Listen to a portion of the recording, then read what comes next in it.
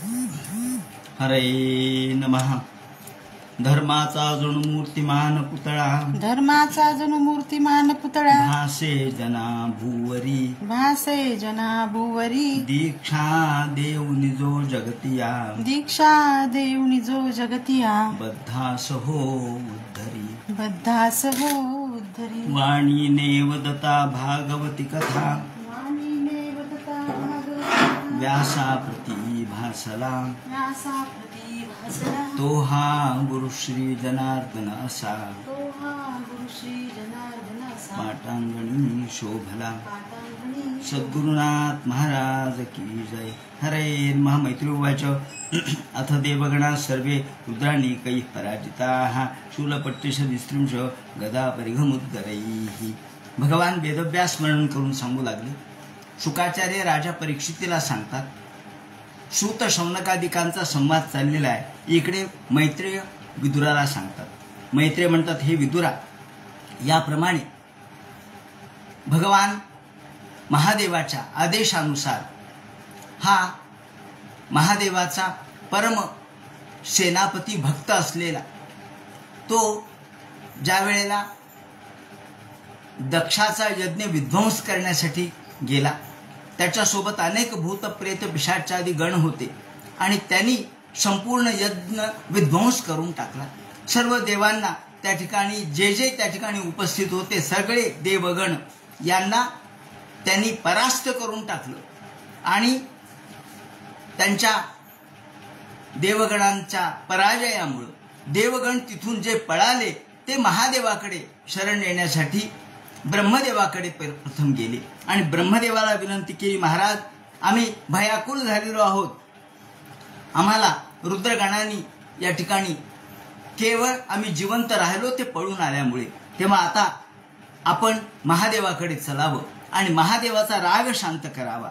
हे ऐकल्याबरोबर क्षेमाय तत्रसा भूयान, आपण महादेवाला क्षमा याचना करू असं म्हटल्यावर ब्रह्मदेवादी सर्व महादेवाकडे आले। आता या वेळेला महादेवाचं वर्णन, महादेवाच्या कैलासाचं वर्णन, त्या ठिकाणच्या अलकापुरीचं वर्णन आणि तिथल्या सौगंधिक वनाचं वर्णन मोठं सुंदर केलेलं आहे। त्या ठिकाणी त्यांनी वर्णन केलंय की ब्रह्मदेवासह सर्व जेव्हा सगळे आले, स इत्थमादिश सुरानजस्तै समन्वित पितृभ सप्रजेशैः, पितृभ सप्रजेशैः, प्रजेश प्रत्यक्ष ब्रह्मदेव यांच्यासह सगळे देव आले आणि कैलास पर्वतावर त्या ठिकाणी काय स्थिती होती याचं वर्णन केलेलं आहे। अनेक अशा प्रकारचे सुंदर सुंदर वृक्ष त्या ठिकाणी लागलेले होते। नाना द्रुमलता गुल्मई, अनेक सुंदर वृक्ष, गुल्म म्हणजे वेगवेगळ्या प्रकारचे झुडपं, वेली आणि त्या ठिकाणी अनेक पशु पक्षी आनंदाने स्वैरविहार करत होते। जसं अभयारण्य असावं त्याप्रमाणे मृगगणावृतैः, अनेक पशु पक्षी मोठ्या स्वैरपणाने निर्भयपणाने संचार करत होते। त्याचप्रमाणे तिथे मोठमोठे डोंगर होते, डोंगराचे उंच उंच टोक होते आणि विहाराचे स्थान होते जलविहार करण्यासाठी। त्याचप्रमाणे सुंदर अशा प्रकारचे बाग बगीचे त्या ठिकाणी होते, जिथे सिद्ध योषिताम, अनेक सिद्धगण, अनेक सिद्धगणांच्या स्त्रिया त्या ठिकाणी स्नान करत असत। मयूर केकाभिरुतम, हे सगळं वर्णन मुद्दाम जिवंतपणाने केलेलं आहे की देव तिथून जात असताना कैलास कसा दिसला, कैलास कसा अनुभवला, त्यांनी त्याचं वर्णन केलेलं आहे। मयूराचे आवाज, त्यांच्या केका येत होत्या, त्याप्रमाणे तिथे अनेक रक्तकंठानाम, अनेक कोकिळांचं पूजन चाललेलं होतं। त्याचप्रमाणे जणू काही असं वाटत होतं, आव्हयंत विवोद्धस्तैर द्विजान कामदुभैर द्रुमैः, जणू काही ते आपल्याला बोलावतातच आहे अशा प्रकारचं त्यांचं स्वर होते आणि अनेक द्रुम, लता, बेली ह्या लागलेल्या होत्या। कामदुभे, आपल्या इच्छा पूर्ण करणारे हे वृक्ष होते। तिथून हे सगळे निघाले। व्रजंतमिव मातंगैर गृणंतमिव निर्धरैः, मोठमोठे हत्तींचे कळपचे कळप तिथून चाललेले त्यांनी पाहिले। अत्यंत सुंदर अशा प्रकारचे भुंगे या पुष्पाच्या भोवती गुंजारव करत होते. त्यांचा आवाज येत होता, निर्झरांचा आवाज येत होता. मंदार, पारिजात यासारखे सुंदर पुष्पांचे त्या ठिकाणी झाडं होते. तमाले शाल तालेश्च तमाल होतं. शाल सगळ्यात उंच वृक्ष असतो, त्याप्रमाणे शाल आणि ताल हे वृक्ष होते. ताडाचे झाडं होते, अर्जुनाचे झाडं होते. अर्जुन म्हणजे अर्जुन साधाडा. तेव्हा त्याचप्रमाणे च्युतै कदंबैर निपैश्च आंब्याचे झाडं होते, कदंबाचे झाडं होते. त्याचप्रमाणे निपैश्च नाग पुन्नाग चंपकैही, नाग पुन्नाग चाफा यांचे झाडं होते. पाटला अशोक, अशोकाचे 2 प्रकार आहेत. एक पाटला अशोक, लाल रंगाचा, तो पाटला अशोक म्हणतात त्याला. या पाटला अशोकाचं वैशिष्ट्य असं आहे की स्त्रीने जेव्हा ती स्त्री त्याला लाथ मारते तेव्हा तो प्रफुल्लित होतो असं म्हणतात. तेव्हा अशी ही वयात आलेली स्त्री तिने लाथ मारल्यावर हा प्रफुल्लित होतो, असा पाटला अशोक त्या ठिकाणी होता. कुलै कुंदे कुरबकैरपी, कुंदाचे झाडं होते. स्वर्णार्ण शतपत्रैश्च, सर्व ठिकाणी वेळूचे बन त्या ठिकाणी लागलेले होते. आणि या सगळ्या फणस होतं, औदुंबर होतं, प्लक्ष होता, नगरोध उंबर होता. त्याचप्रमाणे वेगवेगळ्या प्रकारचे पुण्यवृक्ष त्या ठिकाणी होते. जंबूभीही, जांभळाचे झाडं, त्याचप्रमाणे इतर बोराचे वगैरे झाडं, खर्जूर याचे झाडं, यांचा सुगंध सुटलेला होता. द्रुमजाती विरनैश्च, आणि सर्वत्र कुमुद, उत्पल, कौभार यांच्या सुगंधाने संपूर्ण वातावरण गच्च भरलेलं होतं. संपूर्ण वातावरणामध्ये एक सुंदर अशा प्रकारचं सुगंध पसरून राहिलेला. नलिनी इशू कलंकुजत, नलिनी अनेक कमलिनी फुललेल्या होत्या. वेगवेगळ्या प्रकारचे वृक्षाचे फुलांचे झाडं आणि मृगै शाखा मृगै, अनेक प्रकारचे मृग आनंदाने खेळत होते. शाखा मृग तेही खेळत होते किंवा वानर देखील त्या ठिकाणी उड्या मारत होते. वृक्ष होते, अस्वल होते, त्याचप्रमाणे गवईही, गवे होते, शरभ होता, वाघ होते, महिषादिभी मोठमोठे महिषे त्या ठिकाणी होते. रानगवे ज्याला आपण म्हणतो, हे सगळे त्या ठिकाणाहून हिंडत होते. आणि कदली षंड समृद्ध मोठमोठ्या केळीचे झाडं होते. त्याचप्रमाणे पुलनी नलिनी श्रियम, त्या ठिकाणी वाळुकामय प्रदेश होता. त्या नदीच्या भोवती किंवा त्या ठिकाणच्या जलाशयाच्या भोवती असलेल्या वाळूमध्ये अनेक फुलं फुललेले होते. पर्यस्तम नंदना सत्याह स्नान पुण्य तरोदया, आणि तिथे स्नान करण्यासाठी अनेक देवस्त्रिया येत असत. अनेक देव, त्याचप्रमाणे गंधर्व, किन्नर यांच्या स्त्रिया त्या ठिकाणी स्नान करण्यासाठी येत असत. आणि हे सगळं विवरण केल्यानंतर ते म्हणतात, त्यांचं स्वरूप पाहिलं, रूप वर्णन केलं, त्या ठिकाणचं अलकापुरीचं वर्णन केलं, आणि आता कैलासाचं वर्णन करतायत. त्याचप्रमाणे कैलासाचं वर्णन केल्यानंतर ते म्हणतात की अनेक सुरस स्त्रिया स्नान करण्यासाठी तेथे येत होत्या. नंदा आणि अलकनंदा ह्या नद्या त्या ठिकाणी वाहत होत्या. आपण या ठिकाणी गेल्यानंतर आपल्याला हे रूप दिसू शकतं, कारण त्या सतीचं मंदिर आजही हरिद्वारला आहे. ज्या ठिकाणी सतीनं आपला देह भस्मसात केला ते सतीचं मंदिर आपण हरिद्वारला पाहू शकता. आणि तिकडे जाता जाता आपल्याला हे सगळं रूप दिसतं. नंदा आणि अलकनंदा ह्या नद्या आपल्याला वाहताना दिसतात. आणि सती या नंद आणि अलकनंदामध्ये स्नान करत असे. पर्यस्तम नंदया सत्या स्नान पुण्य तरोदया, आणि अलकनंदा आणि नंदा या सुगंध त्या ठिकाणी पसरलेला असे. ज्या ठिकाणी सगळ्या देवस्त्रिया स्नान करत असत त्या वनाला काय नाव आहे? सौगंधिकम वनम, त्याला सौगंधिक वन असं नाव आहे. नंदाचा अलकनंदाच्या सरितो बाहेरचा पुराहा, आणि त्या अलकनंदा आणि नंदा यामध्ये अनेक देवस्त्रिया जेव्हा स्नान करत असत तेव्हा त्यांच्या अंगावर जे काही चंदनाचे लेप लावलेले होते ते सगळे त्या पाण्यामध्ये मिसळत असत. आणि त्याचा सुगंध इतका पसरत असे की हत्ती ते पाणी पिण्यासाठी आणि पाणी अंगावर उडवण्यासाठी झुंडीच्या झुंडी घेऊन येत असत. ययो सुरस्त्रिय स्फर्त वरुय स्वदिष्णता क्रीडंती पुंसा संचिंत्यो विगाह्य रतिकर्षिता. सुरस्त्रिय बक्षोजक्षरदज जंबाल जटलम जलन तेजम बालम मम जनन जालन जरयतु असं वर्णन केलेलं आपल्याला दिसतं. त्याप्रमाणे आणि ही त्वे यक्षेश्वरी पुरी, ही यक्षेश्वराची पुरी ती पाहिली.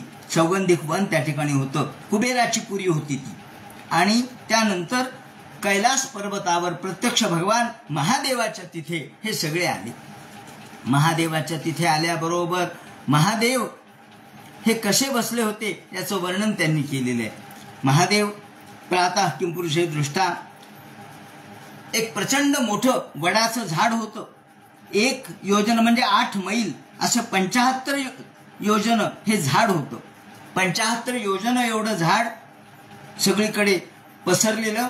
त्याच्या खाली प्रत्यक्ष भगवान शिवशंकर बसलेले होते. शांत डोळे झाकून ददृशु शिवमासीनम त्यक्तामर्षमी वांतकम. सनंद, नंद, सनंद, नारद, तुंबरू यासारखे ऋषीगण त्या ठिकाणी त्यांच्या सेवेमध्ये त्यांचं ज्ञान ऐकण्यासाठी बसलेले होते. आणि प्रत्यक्ष शंकराने अंगाला भस्म लावलेलं होतं, दंड धारण केलेला होता, जटा धारण केलेल्या होत्या आणि चंद्रबिंब त्यांच्या जटेमध्ये होतं, जटेवर धारण केलेलं होतं. कशावर बसले होते? दर्भमय्याम, दर्भावरती बसलेले होते. श्याम ब्रह्म सनातनम. अहो महादेव म्हणजे कोण? सनातन परब्रह्म होते. हे सनातन परब्रह्म नारदाय प्रवोचंतम, नारदाला तत्वज्ञान सांगत होते. पहा, एकीकडे आपल्या पत्नीनी जाळून घेतलंय, ती नष्ट झालीये, त्याचं दुःख आहे, पण त्या दुःखाचा क्षणभर देखील विचार केला नाही. का? जे काम करायचं ते सांगून टाकलंय वीरभद्राला, त्यांनी त्या ठिकाणचं काम करून टाकलंय. आता पुन्हा तिकडे लक्ष द्यायचं नाही. तेव्हा याला म्हणतात मनाची एकतानता. अशी मनाची एकतानता. एकदा एक विषय संपला की संपला, पुन्हा त्याच्यात चित्त घालायचं नाही. नारदाय प्रबोधनते, नारदाला तत्वज्ञान सांगत होते. आणि कृत्वारो दक्षिणे वर्णन केले. कसे बसले होते तर डाव्या पाय आपला उजव्या गुडघ्यावर ठेवलेला होता आणि पादपद्मंचे जानुनी बाहुम प्रकोष्ठे क्षमाला, हातामध्ये अक्षमाला धारण केलेली होती, जपमाला होती. आणि तर्कमुद्रा, या तर्कमुद्रा म्हणजे काय? तर्कमुद्रा म्हणजे या अंगठ्याने तर्जनीला धरायचं आणि बाकीचे जे बोट आहेत ते ताठ असे समोर पसरून ठेवायचे, ज्याला आपण ज्ञानमुद्रा म्हणतो. आज आपण बुद्धाची ही मुद्रा पाहतो, गौतम बुद्धाची. ही ज्ञानमुद्रा म्हणजे तर्कमुद्रा. या तर्कमुद्रेच्या स्थितीमध्ये त्याला तर्कमुद्रा का म्हणायचं की हा एक बंध तयार होतो.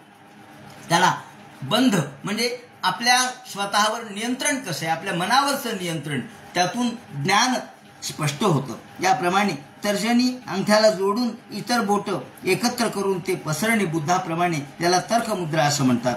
आणि वीरासन घालून बसलेले होते. एक पाय मांडीवर आणि दुसऱ्या मांडीवर बाहू ठेवून बसणे म्हणजे वीरासन. या वीरासनात बसलेले होते महादेव. या वेळेला ब्रह्मदेव आले. ब्रह्मादिक सगळे देव त्या ठिकाणी उपस्थित झाले आणि ब्रह्मदेव म्हणतात, महादेवा मी तुम्हाला शरण आलो. जाने त्वामेशम विश्वस्य जगतो योनी बीजयो हो. हे महादेवा, आपण सगळ्या जगाचं कारण आहात. आपण सगळ्या जगाची उत्पत्ती, स्थिती आणि लय करणारे आपणच आहात.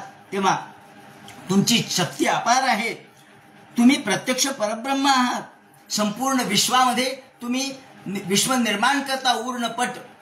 ऊर्ण नाभी किंवा हा जो किडा आहे ज्याला आपण कोष्टी म्हणतो, तो जसा आपल्या मधूनच एक लाळ बाहेर काढतो, त्या लाळेवरच तो, त्या दोरीवर, आपल्या लाळेवरच्या ज्या धाग्यावर तो खेळतो आणि तीच लाळ पुन्हा आपल्या शरीरामध्ये आत्मसात करून घेतो. त्याप्रमाणे तुम्ही इच्छा मात्र विश्व निर्माण करता, विश्वाचं पालन करता आणि संहारही तुम्हीच करता. तुम्ही प्रत्यक्ष मंगलम मंगला नाम, तुम्ही मंगलाचे मंगल आहात.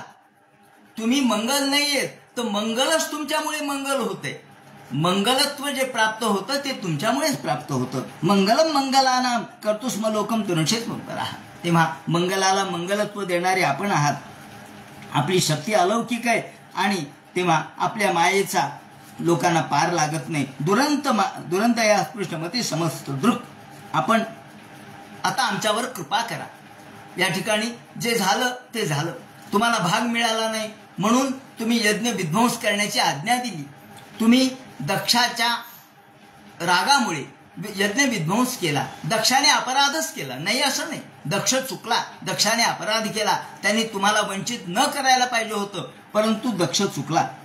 पण आता यज्ञ संस्कृती पुन्हा एकदा पुनरुज्जीवित झाली पाहिजे. यज्ञ संस्कृती नष्ट होता कामा नये, कारण मूळ आपला वैदिक धर्म यज्ञाच आहे. ओम यज्ञेन यज्ञ म यजंत देवास्तानी धर्माणी प्रथमान्यासन. पहिला धर्म कोणता असेल तर यज्ञ. तेव्हा हे यज्ञ आपण पुन्हा एकदा पुनःस्थापित करा, प्रतिष्ठित करा.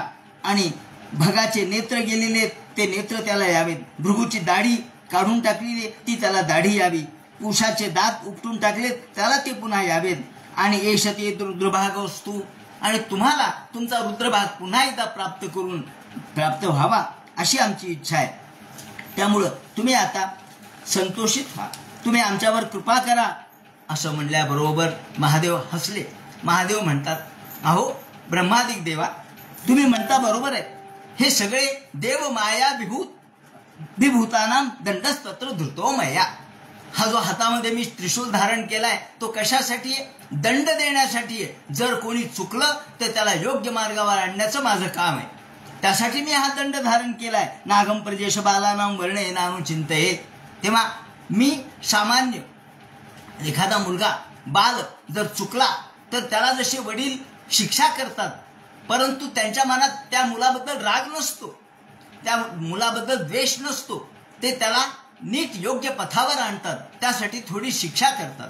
गुरुजी विद्यार्थ्याला शिक्षा करतात ते काही विद्यार्थ्याबद्दलचा राग असतो म्हणून नाही, त्याने योग्य वागावं म्हणून. तेव्हा योग्य नियंत्रणासाठी मी ही शिक्षा केलेली आहे. तेव्हा जर मुलगा पुन्हा एकदा क्षमा याचना करील तर बापाला आनंदच होईल. तेव्हा ते म्हणतात, हे सगळे देवमायेने विभूत, हे अभिभूत झालेले आहेत, देवमायेने मोहित झालेले आहेत, आणि त्यासाठी मी हातामध्ये दंड धारण केलाय. तुम्ही म्हणतात त्याप्रमाणे सगळं होईल, आणि दक्षाला देखील त्याच बोकडाचं मस्तक प्राप्त होईल. म्हणून त्यांनी सांगितलं, पुषात यजमानस्य दर्भिर्जक्षुपृष्ठ भूक. मग हा मित्रस्य चक्षुष येते, ज्याप्रमाणे मित्राच्या चक्षुने हा पाहिल. आणि पुषातु यजमानस्य, पुषा हा यजमानाच्या दाताने चावेल. त्यानंतर सर्वांना, सर्व देव जे क्षत सर्वांग झालेले आहेत, ज्यांना जखमा झालेल्या आहेत, त्या सगळ्या जखमा बऱ्या होतील. याप्रमाणे सगळं काही व्यवस्थित होईल. आणि मग ते म्हणतात, देवा प्रकृत सर्वांगा एम उच्छेषण ददुहू. मैत्रेय म्हणतात, विदुरा, मग ब्रह्मादिक सगळे देव म्हणाले, महाराज चला आता दक्षाचा यज्ञ जिथे विध्वंस पावलाय तिथे आपण जाऊ. हे हरिद्वारमध्ये ठिकाण आहे. हरिद्वारमध्ये हे पुन्हा आले. आल्यानंतर तदा सर्वांनी भूतानी श्रुत्वा मिळू मोदितम. यज्ञाच्या ठिकाणी आल्याबरोबर त्या ठिकाणी भगवान महादेवांनी सर्वांकडे प्रेमदृष्टीने पाहिलं, कृपादृष्टीने पाहिलं. आणि याच वेळेला संददुःखा कस्य कायन शबनीय पशो शिराहा. तिथे बोकडाचं मस्तक पडलेलं होतं, बोकुड मारलेलं होतं. ते बोकडाचं मस्तक घेतलं आणि ते दक्षाच्या शिरावर ठेवल्याबरोबर दक्षाने आवाज केला, असा आवाज केल्याबरोबर महादेव प्रसन्न झाले. ते म्हणाले, वा, असा जो आवाज काढील, जो बोकडाचा आवाज काढील, त्याला मी प्रसन्न होईल, ताबडतोब त्याच्यावरती कृपा करील. म्हणून ते म्हणतात, संददुःख कस्य कायन शबनीय पशो शिराहा संधीयमाने शिरसी दक्षो रुद्राभिवेशिता. आणि ते म्हणतात, ज्याप्रमाणे एखादा झोपलेला माणूस जागा होतो तसा हा जागा झाला, मृत झालाय असं लोकांना वाटलंच नाही. तर सध्या सुप्त इवोत तस्थौ, झोपलेला जागा व्हावा, झोपलेला निद्रावश झोपलेला निद्रेतून जागा व्हावा, तसा हा दक्ष जागा झाला. आणि ददृशे चाग्रतो मृडम, याला मृडम म्हणतात. म्हणून हे मृडम म्हणजे अशा प्रकारचा आवाज केला की जी स्तुतिरूप आहे. हा आवाज महादेवाला स्तुतिरूप वाटतो. मृडन म्हणजे स्तुती करणे. तेव्हा याप्रमाणे हा स्तुतिरूप आवाज, शिवहरोम शिवहरोम असं म्हणल्याबरोबर महादेव प्रसन्न होतात. म्हणून आपण शिवहरोम अशा प्रकारे म्हणून तो आवाज काढतो बोकडाचा. शिवाव लोकात भवत. आणि एकदम त्याच्या मनामधलं, त्याच्या बुद्धीमधला सगळा शिवद्वेष नष्ट झाला. कसा नष्ट झाला? ते म्हणतात, ज्याप्रमाणे शरद ऋतूमध्ये आकाशात स्वच्छ निरभ्रता प्राप्त होते, एकही ढग नसतो. शरद ऋतूमध्ये जसं स्वच्छ आभाळ होतं त्याप्रमाणे त्याचं मन स्वच्छ झालं, त्याची बुद्धी स्वच्छ झाली. का हो म्हणणे कशामुळं? ते म्हणे अहो डोकं बदललं, मस्तक बदललं म्हणून बुद्धी स्वच्छ झाली. आणि एकदम आपण केलेल्या कृत्याचं त्याला वाईट वाटलं. पहिल्यांदा ते म्हणतात की सुताम स्मरण. पहिल्यांदा कोण आठवलं? आपली मुलगी सती. अरे विनाकारण सती इथे तिने आत्मदहन केलं, तिने स्वतःला जाळून घेतलं. आपल्या मुलीची आठवण झाली. मुलीवर फार प्रेम होतं त्या दक्षाचं, पण घटना काय घडली आणि एकदम तिने स्वतःला देहाग्नी तिचा योगाग्नीने नष्ट केला. याप्रमाणे आता पहिल्यांदा जागृत झाल्याबरोबर तिला आपल्या मुलीची आठवण त्यांना झाली. ते म्हणतात उत्कंठ्यात बाष्पकलया संपरिताम सुताम स्मरण. सुताम स्मरण, मुलीची आठवण झाली आणि त्याने एकदम कंठ दाटून आला.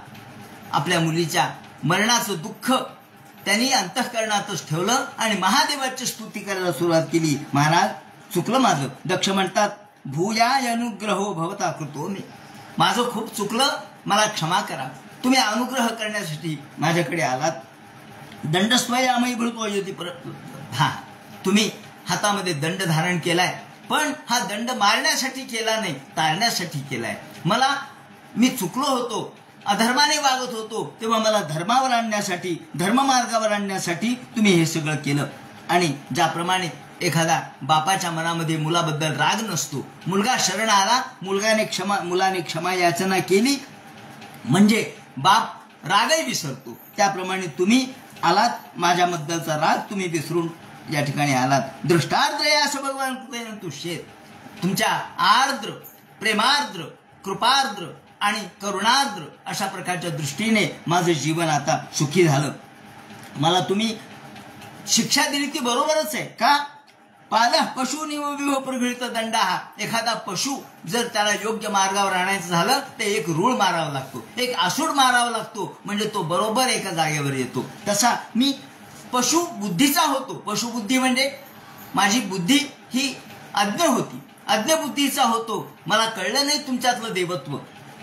मग मैत्रेय म्हणतात याप्रमाणे त्यांनी क्षमा याचना केली आणि एकदम दक्षाने हातामध्ये, दक्षाची पत्नी आली, त्या पत्नी आणि दक्ष याने मिळून, ही पत्नी म्हणजे कोण? अर्थात मनूची मुलगीच होती, आकुती, प्रसूती. तेव्हा प्रसूती आणि दक्ष यांनी मिळून हातामध्ये एक चरू घेतला, पुरोडाश घेतला आणि तो यज्ञामध्ये समर्पित केल्याबरोबर प्रत्यक्ष भगवान यज्ञ नारायण तिथे प्रगट झाले. आतापर्यंत ब्रह्मदेव आले नव्हते आणि विष्णू तर नव्हतेच नव्हते, पण ब्रह्मदेव महादेवासोबत आले आणि आता चरू अर्पण केल्याबरोबर त्याच्यातून त्यांनी काय वर्णन केले? वीर संसर्ग शुद्ध हे. जो वीर संसर्ग झालेला आहे, जे युद्ध झालं, रक्तपात झाला, अव्यवस्था झाली, याच्या शुद्धीकरणासाठी त्यांनी पुरोडाश अर्पण केला आणि तो पुरोडाशम निरवापान, हा पुरोडाश अर्पण करून तो अग्नीमध्ये टाकलं, स्वाहा म्हणून टाकल्याबरोबर प्रत्यक्ष भगवान यज्ञ नारायण तिथे प्रगट झाले. 8 हाताची मूर्ती दाखवली, अष्टभुज, ज्याप्रमाणे देवी अष्टभुजा असते त्याप्रमाणे यज्ञ नारायण. काय तेज होतं त्यांचं, मोठं तळपतं तेज. नीलालक भ्रमर मंडित कुंडला शहा, कानामध्ये कुंडल धारण केलेले निळ्या रंगाचे, त्याप्रमाणे अलक भ्रमर, बाजूला सगळीकडे भ्रमर गुंजारव करतायत आणि शंख चक्र, त्याप्रमाणे चर्म म्हणजे ढाल, गदा धारण केलेली अशी अष्टभुज मूर्ती त्यांनी धारण केली. आणि असे भगवान श्वेतात पत्र, त्यांच्या डोक्यावर पांढरं स्वच्छ असं एक छत्र धारण केलेलं होतं. आणि पाहिल्याबरोबर सगळे देव त्या ठिकाणी आले, यज्ञ नारायण प्रगट झाले, प्रत्यक्ष यज्ञ नारायण प्रगट झाले म्हणजे यज्ञाची परिपूर्तता झाली. आणि मग त्यांना नमस्कार केला. दक्षाने पहिल्यांदा स्तुती केली यज्ञ नारायणाची. शुद्धम स्वधाम्य वरित बुद्ध्यस्वस्थम चिन्मात्रमेकमवयम प्रतिशुद्ध मायाम. हे भगवंता, आपण अलौकिक आहात. मायेचा पडदा समोर असल्यामुळं जीवाला तुमचं दर्शन घडत नाही. मग ऋत्विज आले, ऋत्विजांनी त्यांची स्तुती केली. सदस्य आले, सदस्यांनी केली. रुद्र आले, रुद्र, भगवान महारुद्राचे अनेक पार्षदगण त्या ठिकाणी आले. हे रुद्रांनी त्यांची स्तुती केली. भृगू आले, भृगूंनी स्तुती केली. ब्रह्मदेव स्वतः आले आणि ब्रह्मदेवानी यज्ञनारायणाची स्तुती केली आहे. इंद्र आले, इंद्रानी सांगितलं की तुम्ही या ठिकाणी जे यज्ञ संस्कृती नष्ट करणार होते किंवा यज्ञ संस्कृतीला अधःपतन ज्यांच्या दक्षामुळे झालं होतं ते आपण या ठिकाणी स्वतः प्रगट होऊन आता यज्ञाची पुनर्स्थापना केली. बरं झालं, म्हणजे आता लोकांना त्यांचे त्यांचे भाग मिळतील. त्याचप्रमाणे दक्षाची पत्नी आली, तिने नमस्कार केला. अनेक ऋषी आले आणि नंतर सिद्ध आले, यजमान आले, लोकपाल आले, योगेश्वर प्रथा स्वतः आले. ब्रह्मदेव म्हणतात नमस्ते शिरस्वाय धर्माधीनांचे सूतये. मग अग्नी आले, अग्नीनी सांगितलं हे यज्ञ नारायणा, आमच्यामध्ये जे तेज आहे, अग्नीमध्ये जे तेज आहे ते कोणाचं तेज आहे? तुमचंच तेज आहे. तुमच्या तेजावर आम्ही या ठिकाणी प्रकाशित होतो. म्हणून या तेजसाहम सुसमिद्ध तेजा हव्यम वै स्वतः आज सिक्तम. आणि आमच्यामध्ये जे तेज प्राप्त झालं ते तेज तुम्हीच आहात. तूपही तुम्हीच आहात, ज्वालाही तुम्हीच आहात, तुम्हीच सर्व आहात. याप्रमाणे देवानी पुन्हा प्रार्थना केली. देव म्हणाले महाराज हे यज्ञ नारायणा, फार पूर्वी तुम्ही हा वराह अवतार धारण केला आणि वराह अवतार धारण करून ही पृथ्वी या पाण्यामधून वरती आणली. एखाद्या कमलाप्रमाणे वरती आणली तुमच्या दातावर धरून. तेव्हा तुम्ही तेच आहात, तुमचं रूप तेच आहे. पुराकल्पा पाय स्वकृतमोदय कृती विकृतम त्वमे वाद्य सलिल उरगेंद्र धिषणे पुमान शेषे सिद्ध हृदी विमोचनात्मक पदवी. याप्रमाणे हे भगवान तुम्ही ही पृथ्वीवरती आणलेले यज्ञ नारायण तुम्हीच आहात. तुम्हीच यज्ञ आहेत, तुम्हीच क्रतू आहेत. विद्याधर आले, ब्राह्मण आले आणि ब्राह्मण बोलू लागले. सगळे ब्राह्मण ते म्हणतात स्वम कृतस्वम हविस्वम हुताश स्वयं त्वम हि मंत्र समित दर्भ पात्र आणि च. भगवान यज्ञ नारायणा आपणच सर्व आहात. दर्भ आपणच, यज्ञ आपणच, आज्य आपणच. त्याचप्रमाणे हुताशम या ठिकाणी प्रगट होणारा हुताशन देखील आपणच आहे. यातले मंत्रही आपणच आहेत, सदस्य तुम्हीच आहेत आणि ऋत्विजय तुम्हीच आहात. अहो तुमच्याशिवाय या जगात आहेच कोण? भगवान हा एकमेव या जगातला केवळ चैतन्य रूप आहे. भगवान हा ईश्वर सर्व जगामध्ये एकच आहे आणि सगळे रूप हे तुमचेच आहेत. त्यामुळे मंत्र तुम्ही, यज्ञ तुम्ही, हवी तुम्ही, हुताश तुम्ही. त्वम सदस्य द्विजो दंपती देवता अग्निहोत्र स्वदा सोमा जम पशु.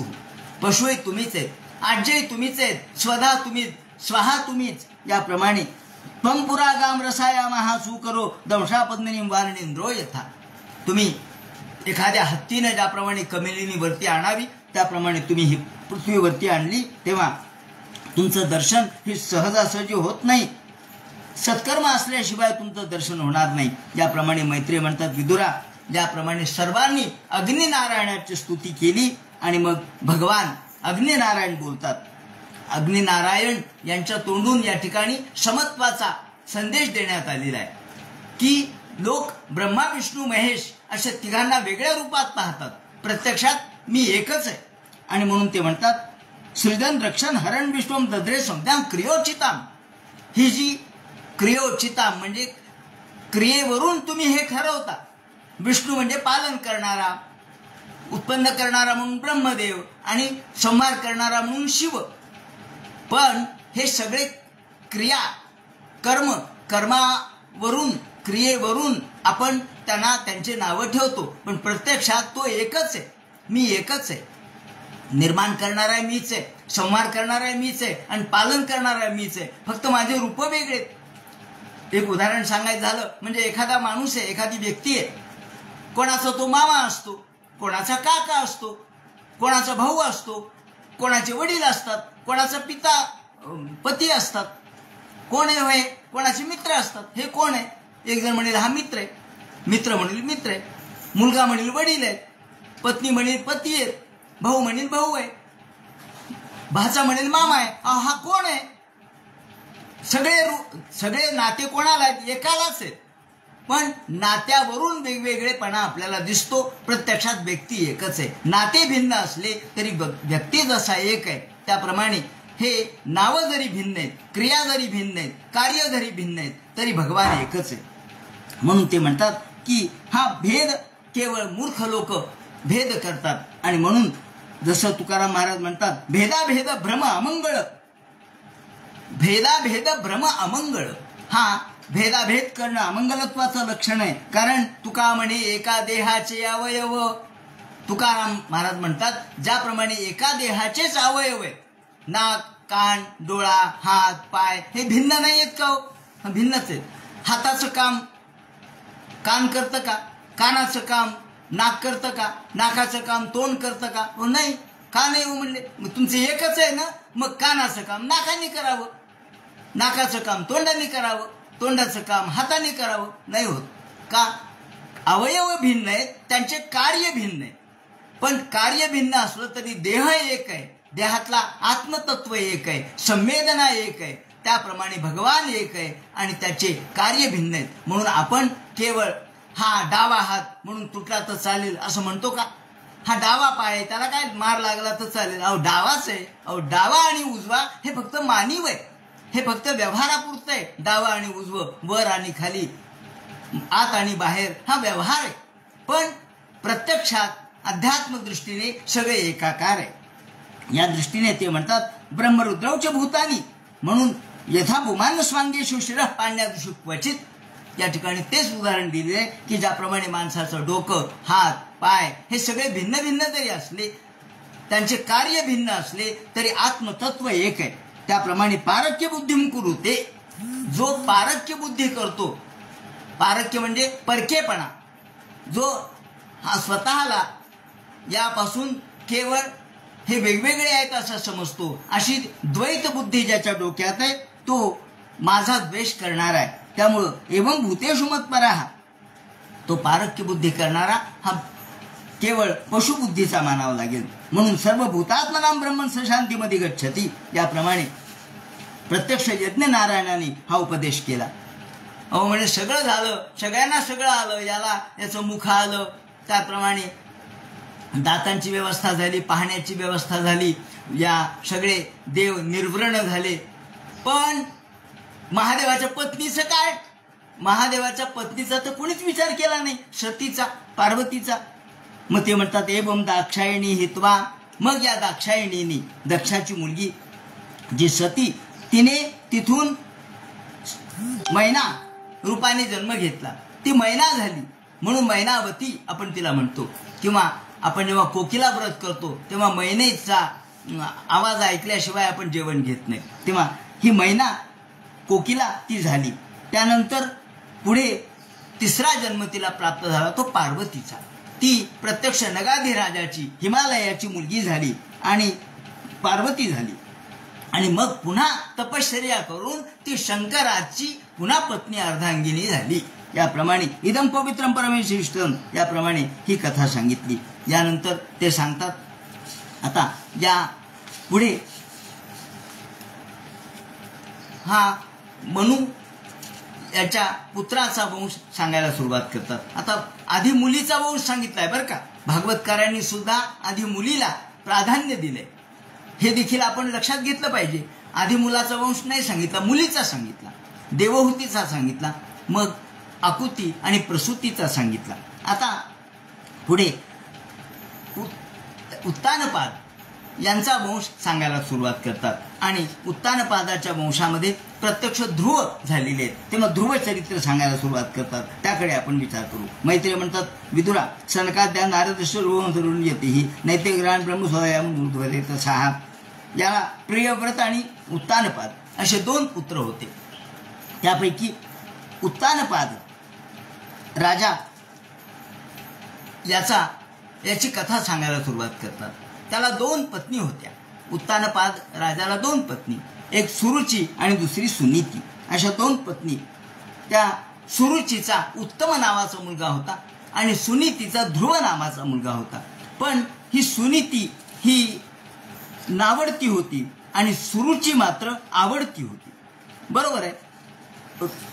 सुरुची म्हणजे रुची म्हणजे आवड. आपल्या जिभेला जे आवडतं ते आपण खातो त्याला सुरुची म्हणतात. आवड. आज नाही का आपण एखाद्या लग्न समारंभात गेलं म्हणजे सुरुची भोजन असतं.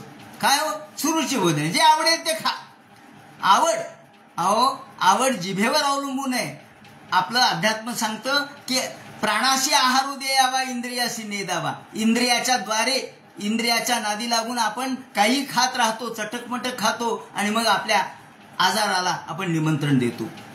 म्हणून ते म्हणतात सुरुची. माणसाची प्रवृत्तीच आहे सुरुची, चांगल्या आवडीकडं. मग ती इंद्रियाची आवड, चांगलं पाहायचं, नाटक पाहायला आवडतं, त्याचप्रमाणे गाणे ऐकायला आवडतात, म्हणजे सिनेमाचे गाणे ऐकायला आवडतात, त्याचप्रमाणे चटकमटक खायला आवडतं, चांगलं लिहायला आवडतं. हो, आवडतं कोणाला, भोग कोणाला आवडत नाही. हो, सुरुची म्हणजे भोग, आणि भोग आवडतो म्हणून ती आवडती होती. आणि नीती आवडत नाही. नीतीने वागा म्हणलं तर लोक म्हणतात काय हे बंधन टाकलं चातुर्मास्यामध्ये, कांदा खायचा नाही, लसूण खायचा नाही, काय बंधन आहे, कुणी सांगितलं हे? आणि खाल्लं तर काय होतं, खात बसा, आमचं काय म्हणणे. म्हणजे नीती हे सकाळी उठा, स्नान करा, देवपूजा करा, ही नीती आहे. सत्य बोला, बरे सत्य बोला, यथा तथ्य चाला, ही नीती आहे. सत्याने वागा, त्याचप्रमाणे योग्य पद्धतीने आचरण करा, दुरुत्तरे करू नका, ही नीती आहे. पण लोकांना नीती आवडत नाही, आवडते रुची. मला आवडतं ते मी करणार, ही झाली रुची. तेव्हा सुरुची प्रेयसी पत्यूर, सुरुची त्याला आवडत होती, त्यामुळे तिचा मुलगा आवडत होता. जी आवडते तिचं सगळंच आवडतं, आणि जी नावडते तिचं मीठ हाळणी असतं म्हणे. नावडतीचं मीठ हाळणी. एकदा सुरुचे पुत्र, एकदा सुरुचीचा मुलगा हा उत्तम यांच्या उत्तानपाद राजाच्या मांडीवर जाऊन बसला. पुत्र मंक रुचे त्यांच्या अंकावर मांडीवर जाऊन बसला. ध्रुवानी पाहिलं, अरे आपला भाऊ आपल्या वडिलाच्या मांडीवर आहे, आपणही जावं. म्हणून तो धावत धावत आपल्या वडिलांच्या मांडीवर जाण्यासाठी गेल्याबरोबर इकडे सुरुची पाहतच होती काय होतंय काय नाही. त्या सुरुचीनं ताबडतोब ध्रुवाला अत्यंत वाईट शब्दाने, अपशब्दाने, तिरस्कृत शब्दाने वाकताडन केलं. हे ध्रुवा, खाली उतर, तुझा अधिकार नाहीये. न तो मया येतो कुठावी नृपात मजा. हा राजाच्या मांडीवर बसण्याचा तुझा अधिकार नाही. तुझा अधिकार तेव्हाच प्राप्त होईल जेव्हा तू माझ्या पोटी जन्म घेशील. तेव्हा तू खाली उतर, जा तपश्चर्या कर, देवाला प्रसन्न करून घे. तपसा राज्यम पुरुषम, भगवंताला प्रसन्न करून घे आणि त्याला म्हणावं मला सुरुचीच्या पोटी जन्माला घाल, तेव्हाच तुला माझ्या या राजाच्या मांडीवर बसण्याचा अधिकार प्राप्त होईल. गर्भेत्वम साधय आत्मानम जगदीश नृपासनम, तुला जर या राजाच्या मांडीवर बसायचं असेल तर माझ्या पोटी जन्म घे, उतर खाली. असं म्हणल्याबरोबर त्याचा चेहरा खरकन उतरला, तो खाली आला. सगळेजण पाहत होते. अहो, राजाही काही बोलला नाही. राजाही गप्प मुख गिळून बसला, शब्द बोलला नाही राजा. अहो, तिच्या स्वाधीन झालेला राजा, तो काय बोलणार आहे. आणि ही मात्र ताड ताड ताड ताड बोलली. सगळेजण गप्प बसले. ध्रुव, 5 वर्षाचा ध्रुव, काही कळलं नाही त्याला. तो धावत धावत खाली आला. आल्याबरोबर आपल्या आईकडे आला.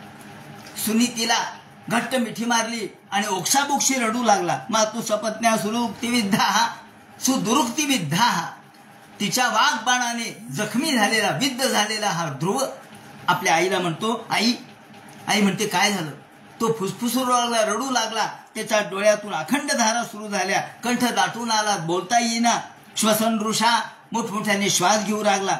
आई म्हणाले, अरे काय झालं. तम निश्वसंतम स्फुरिताधरोष्ठम, ओठ थरथर कापू लागले. नाकातून श्वास सुरू झाला आणि धडधड वाढली. सांग काय झालं, का रडू लागला. तो म्हणतो, मला ही दुसरी आई बोलली. ही दुसरी आई मला वाईट बोलली. काय म्हणली ती. त्याने सगळं सांगितलं की तुझा अधिकार या नृपासनाचा नाहीये. तुला जर तो नृपासनाचा अधिकार प्राप्त व्हायचा असेल तर माझ्या पोटी जन्म घे. तू देवाला प्रसन्न करून घे आणि माझ्या पोटी जन्म माग. त्या आईने ऐकलं, सुनीतीने ऐकलं. ती म्हणली, तुझी आई म्हणली ते बरोबरच आहे. बाकीचं सगळं विसरून जा, पण देवाला प्रसन्न करून घे हे मात्र बरोबर आहे. ती म्हणले ती बरोबर आहे. जरी ती वाईट अर्थाने बोलली असली तरी देवाला प्रसन्न करून घे हे तिचं म्हणणं सत्य आहे. आणि मग मात्र तो शांत झाला. तो विचार करू लागला की आई सुद्धा म्हणते देवाला प्रसन्न करून घे, हा कोणता देव आहे. आता आपण प्रसन्न करायचं तर आपण काय करावं. तेवढ्यापुरता तो थांबला.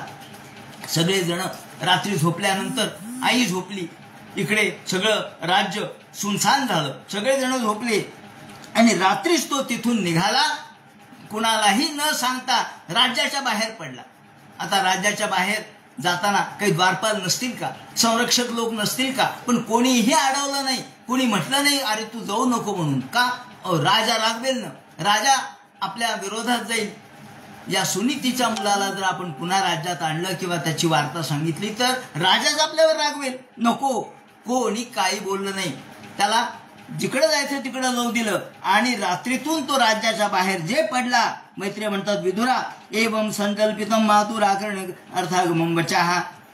इथून निघाला, दरकोल दर मुक्काम करत करत वन उपवन, त्याचप्रमाणे मोठमोठे वृक्ष वेली हे पार करत करत, गिरी कंदर पार करत करत करत तिथून अहो तेज क्षत्रियाणाम. अहो क्षत्रियाचं तेज होतं, ते मानभंग झालेला होता, त्याचा अपमानित झालेला क्षत्रिय म्हणजे एखाद्या सर्पाप्रमाणे फुं फुं फुं करत निघाला आणि बावलोय आपल्या मृदा दत्ते. मैत्रेय म्हणतात विदुरा एवढ्या रानावानातून हिंडता हिंडता हिंडता भजमन नारायण नारायण नारायण, भजमन नारायण नारायण नारायण, भजमन नारायण नारायण नारायण, भजमन नारायण नारायण नारायण. एवढ्या सगळ्या याच्यामध्ये एकांत होता, एवढे सगळे अरण्य होतं, सगळीकडे प्राण्यांचा आवाज येत होता, अंधार पडलेला होता, पण एवढ्या याच्यात नारदाची स्वारी.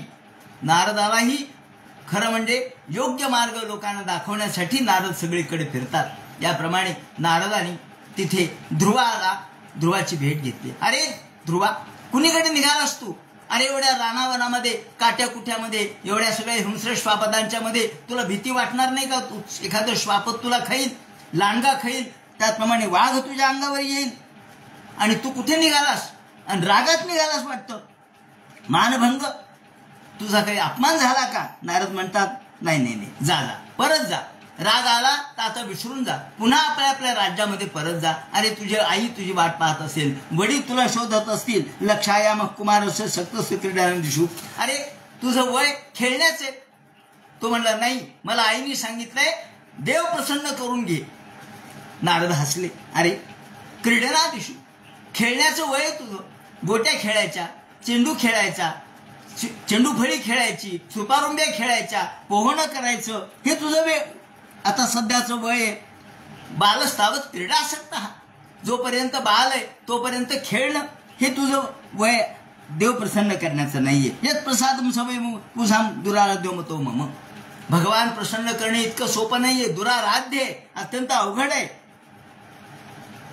ध्रुव म्हणतो नारदा, तुम्ही नारद आहात ना, सगळ्या जगाचे प्रकाशक तुम्ही आहात, ज्ञान प्रकाश देणारे तुम्ही आहात. तुम्ही भेटल्यानंतर सुद्धा देव मिळणं अवघड आहे का? अहो तुम्ही म्हणजे संत आहेत, संतांचं दर्शन झाल्यावर देवाचं दर्शन होणं दुर्लभ आहे का? नाही. अहो संतच देवाचा मार्ग दाखवतात, त्यामुळं तुमचं दर्शन झालं म्हणजे देवाचं अर्ध दर्शन झाल्यासारखंच आहे. म्हणून मुनया पदवीम यस्य. अहो तुम्ही मुनी आहात, तुम्हाला मुनी म्हणतात आणि तुम्ही निसंग आहात. तुम्ही तीव्र योग समाधी केली, भगवंताला प्रसन्न करून घेतलं. यस्यत यद दैवविहितम न तेन सुख दुःख हो. म्हणून तुमचं दर्शन झाल्यावर मला देवाचं दर्शन अवघड नाही, मला मार्ग सांगा तुम्ही. असं म्हणल्यावर ध्रुव म्हणतात सोयम शमो भगवता ब्रूहि स्मत् पितृब्रह्मन् नैरप्यन्न दिशितम नूनम भवान भगवतो योगिन परमेष्ठिनः विदुदन्नटते वीणाम हितार्थम जगतोर्कवत. तुम्ही हातामध्ये वीणा धारण करता आणि सगळ्या जगामध्ये फिरता. कशासाठी? तर हितार्थम, जगाच्या कल्याणासाठी. जगाच्या कल्याणा संताच्या विभूती देह कष्टविती परोपकारे. तुकाराम महाराज म्हणतात जगाच्या कल्याणासाठी संतांच्या विभूती असतात. आणि तुम्ही सुद्धा जगतोर कवत. ज्याप्रमाणे हा सूर्य, अर्क म्हणजे सूर्य ज्याप्रमाणे प्रकाश देण्यासाठी या पृथ्वी तलाच्या भोवती फिरतो, तसा तुम्ही सुद्धा सगळ्या जगामध्ये ज्ञानाचा प्रकाश देण्यासाठी फिरता. मग मला देखील ज्ञान द्या. हे ऐकल्यानंतर मैत्रेय म्हणतात विदुरा, हे ध्रुवाचं 5 वर्षाचा ध्रुव, पण त्याचं हे गोड बोलणं ऐकलं, मोठं मधुरवाणी ऐकली, ललितपूर्ण भाषण ऐकलं. नारद म्हणतात बरोबर आहे, ठीक आहे, आता मी तुला उपदेश करतो. पण मी सांगेन त्याप्रमाणे वागलं पाहिजे, हरकत नाही, करतो. एकमेव हरिस्तत्र कारण पादसेवनम. अहो, भगवंताची सेवा करून भगवान प्रसन्न करून घेता येतो. तत्तात गच्छ भद्रंते, जा.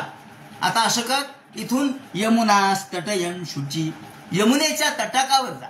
यमुनेचा तटाक मोठा पावन आहे, शुद्ध आहे, आणि त्यात मधुवन त्या ठिकाणी आहे. ज्या मधुवनामध्ये भगवान नित्य अस्तित्वात असतात. तुम्ही म्हणाल देव तर सगळीकडेच आहे, मग मधुवनाचं काय वैशिष्ट्य आहे? जागृत रूपामध्ये तिथं असतात. बाकीच्या ठिकाणी सुप्त स्वरूपात देव सगळीकडे, पण जागृत रूपामध्ये जसा अग्नी, लाकडात अग्नी नाही का? आहे. कसा आहे? सुप्त रूपात आहे. आणि काड्याची पेटी ओढल्यानंतर जो अग्नी आहे तो प्रगट आहे. म्हणजे प्रगट आणि सुप्त हा फरक आहे. तसं या ठिकाणी मधुवनामध्ये भगवान प्रगट रूपामध्ये कायम असतात. यत्र सान्निध्यम नित्यदा हरेः. म्हणून तिथं कालिंदी अर्थात या यमुनेचं स्नान कर. तिथून पाणी यमुनेचं मोठं शुद्ध आहे. त्या शुद्ध पाण्याने स्नान केल्यावर मग तिथं कल्पित आसन, योग्य तुला जे वाचते त्याप्रमाणेचं आसन कर. कल्पित आसन, आसनावर बस. त्यानंतर प्राणायाम कर. त्यानंतर संपूर्ण इंद्रिय आपल्या ताब्यात आण आणि प्रसादामि मुखम, भगवान डोळ्यासमोर आण. भगवंताची सगुण मूर्ती डोळ्यासमोर आणावी. भगवान कसा आहे? प्रसादाभिमुखम, आपल्याला प्रसन्न होण्यासाठी अभिमुख झालेला.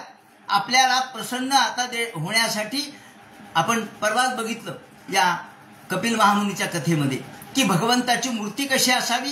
तर आपल्याला आता जणू काही तो भक्तानुग्रह कातरम, भक्ताला अनुग्रह करण्यासाठी उत्सुक असलेला अशी मूर्ती डोळ्यासमोर आण. त्यानंतर त्यांचे डोळे नेत्र करुणावरुणालय असणारे, सुनासम सुभ्रुवम, सुंदर नाकाचे. त्याप्रमाणे भगवंताचं वर्णन त्यांनी केलेलं आहे की तरुण असलेले भगवान, अत्यंत करुणापूर्ण, गळ्यामध्ये वनमाला धारण केलेली, पितांबर धारण केलेला, शंखचक्र गदापद्म धारण केलेले, त्याचप्रमाणे घनश्याम मूर्ती, शंखचक्र गदापद्मम, किरीटम कुंडिलनम, किरीट धारण केलेला, कुंडल कौस्तुभ धारण केलेला, कांची कलापपर्यसम लसत कांचन नुपुरम, याप्रमाणे अलंकृत मूर्ती, दर्शनीयतमम शांतम, शांत दर्शनीय मूर्ती आणि मनोनयनवर्धनम, मनाला आनंद देणारी अशा प्रकारची मूर्ती डोळ्यासमोर आण. आणि मग त्यानंतर काय कर? त्याचं सतत ध्यान कर. एवं भगवतो रूपम सुभद्रम ध्यायतो मनः, असं सुभद्र चांगलं रूप भगवंताचं डोळ्यासमोर आणायचं, मनात आणायचं, मन एकाग्र करायचं. आणि यम सप्तरात्रम प्रपठन, आणि याप्रमाणे पहिल्यांदा 7 रात्र म्हणजे 7 दिवस रात्रंदिवस जप करायचा. आणि जो 7 दिवस अशा प्रकारचा जप करतो त्याला आकाशामधल्या सिद्धांचं पहिल्यांदा दर्शन होतं. नंतर ओम नमो भगवते वासुदेवाय हा द्वादशाक्षरी मंत्र दिला. ओम नमो भगवते वासुदेवाय मंत्रे नानेन देवस्य कुर्या द्रव्यम बुधा, हा मंत्र तुला मी देतोय. या मंत्राचा जप कर, जाप्य कर आणि सतत नामस्मरण भगवंताचं कर. अशा पद्धतीचा मंत्र तुम्ही म्हणला. या मंत्र म्हटल्यानंतर भगवंताची द्रव्यमयी पूजा आपण करावी. शुद्ध पाण्याने भगवंताची पूजा केल्यानंतर फळं वगैरे त्याला दाखवावेत, नैवेद्य दाखवावा, त्याला तुळशी वाहाव्यात. आणि ही मूर्ती कोणतीही डोळ्यासमोर आणू शकतो. त्यानंतर काया मन आणि वाचा भगवंताशी तद्रूप केली. म्हणजे तू कसं कर? तर आता त्रिरात्रांते 3 दिवसाला ते म्हणतात कपित्थ बदराशना. 3 दिवस पहिल्यांदा कपित्थ बदराशना, आधी कवट बोर हे खा. त्यानंतर पुढे द्वितीयंच तथा मासम, पहिला महिना असा घाल. 3 रात्री म्हणजे 3 दिवसाला फक्त कवट खायचं किंवा बोर खायचे. नंतर दुसऱ्या महिन्यामध्ये 6 दिवसाला म्हणजे वाढवायचं आणि वाळलेले पानं खायचे. तृणपर्णादि विषयही.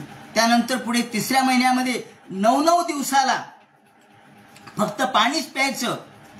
नंतर पुढे 4थ्या महिन्यामध्ये फक्त वायूवर राहायचं.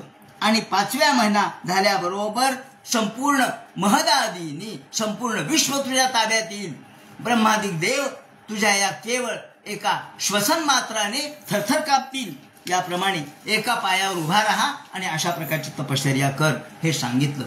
आणि तिथून हा ध्रुव निघाला आपल्या तपश्चर्येला. तेवढ्यात नारद पुन्हा राजाकडे आले. उत्तानपाद राजाच्या महालामध्ये आले. आल्याबरोबर राजा खिन्न बसलेला दिसला. का रे राजा, खिन्न का बसलास? काय विचार करतोयस?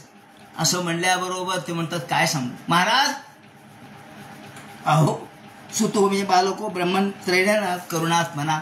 मी माझ्या मुलाला कुठे गमावलं पत्ता नाही, पण केवळ मी स्त्री वश झालो. माझ्या सुरुची नावाच्या पत्नीच्या ताब्यात आलो आणि माझ्या चांगल्या अत्यंत धर्मज्ञ चांगल्या मुलाला मी गमावून बसलो. तो कुठे गेलाय मला कळत नाही. निर्निवासितः पंचवर्ष. अहो 5 वर्षाचा मुलगा आहे, पण तो राज्यातून निर्वासित झाला, निघून गेला. कुठे गेला आम्हाला कळला नाही. महान कवी ही, अत्यंत प्रतिभावंत आहे, ज्ञानी आहे, पण तो कुठे गेला? अहो तो उपाशी राहिला असेल, त्याला तहान लागली असेल, त्याला भूक लागली असेल, तो वनात कुठे गेला असेल माहीत नाही. मी वनामध्ये केवळ तो पाठवला कारण केवळ मी स्त्रीजित जातो. माझ्या पत्नीच्या ताब्यात मी आलो. अहो मे बत दौरात्मन स्त्रीजित असे पवधारय योम कम प्रेमणा वृक्षंत. खरं म्हणजे त्याला मी प्रेमाने जवळ घ्यायला पाहिजे होतं, त्याला अवघ्राण करायला पाहिजे होतं, त्याला मांडीवर घ्यायला पाहिजे होतं, पण तो मांडीवर न बसता आता रानावनात कुठे गेला? त्याला पशु खाईल का? त्याला एखादा वाघ खाईल का? मला त्याची काळजी वाटायली हो, माझ्या मुलाची काळजी वाटायली. असं म्हटल्यानंतर नारद म्हणतात, काळजी करू नकोस राजा, तुझा मुलगा मामा शुच स्वतनयम देवगुप्तम विशांपते. तुझ्या मुलाची काळजी करू नको. तो भगवान विष्णूला प्रसन्न करून घेण्यासाठी गेलेला आहे. आता तो भगवंताला प्रसन्न करून मगच परत येईल. ए सत्यचरितो राजन यशो विपुलन स्तव. आणि तुझ्या या वंशाला मोठी कीर्ती प्राप्त करून देणारा हा ध्रुव राहील. असं एवढं सगळं सांगितलं. मैत्रेय म्हणतात, विदुरा इथे देवर्षणा प्रोक्तम जगतीपती. आणि मग राजाचं मन शांत झालं. इकडे ध्रुव त्या मधुवनामध्ये गेला आणि त्यांनी तपश्चर्या सुरू केली. त्यांनी तपश्चर्या सुरू केल्यावर नैवम विदामो भगवान प्राणरोधम. 5 महिने झाले याप्रमाणे तपश्चर्या सुरू केली आणि सगळ्या देवांचा प्राणरोध झाला. अहो म्हणले श्वासच घेता येईना, ऊर्ध्वश्वास होऊ लागला, श्वास वरतीच झाला, पोट गच्च या ठिकाणी फुगले. अहो पोट का फुगले, श्वास का घेता येईना? सगळे लोक ब्रह्मदेवाला शरण आले. ब्रह्मदेव म्हणाले, थांबा मी विष्णूला विचारतो. विष्णूला ब्रह्मदेव शरण गेले आणि विष्णूंनी सांगितलं, काळजी करू नका देवा हो. अहो माझा भक्त अत्यंत परम प्रिय असलेला केवळ 5 वर्षाचं वय असलेला ध्रुव हा माझ्याशी तद्रूप झालेला आहे. यतो हिवा प्राणदेव आसीन उत्तानपादिर्वयी संगतात्मा. उत्तानपादाचा मुलगा ध्रुव माझ्याशी एकरूप झालेला आहे आणि त्यामुळं तुमच्या सर्वांचा प्राणरोध झाला. आता मी त्याला दर्शन देण्यासाठी जाईल, तेव्हा तुम्ही काळजी करू नका. असं म्हटल्यानंतर आता भगवान त्याला दर्शन देण्यासाठी कसे जातील, अवतीर्ण कसे होतील आणि ध्रुवावर या ठिकाणी कृपा कशी करतील या संबंधीचे विवरण उद्याच्या चिंतनात सांगण्यात येईल. हरे नमः. पुंडली गौरधर विठ्ठल सीताकांत स्मरण जय जय राम. पार्वती पते हर हर महादेव. श्रीमज्जनार्दन गुरुमूर्तये नमः. हरे राम.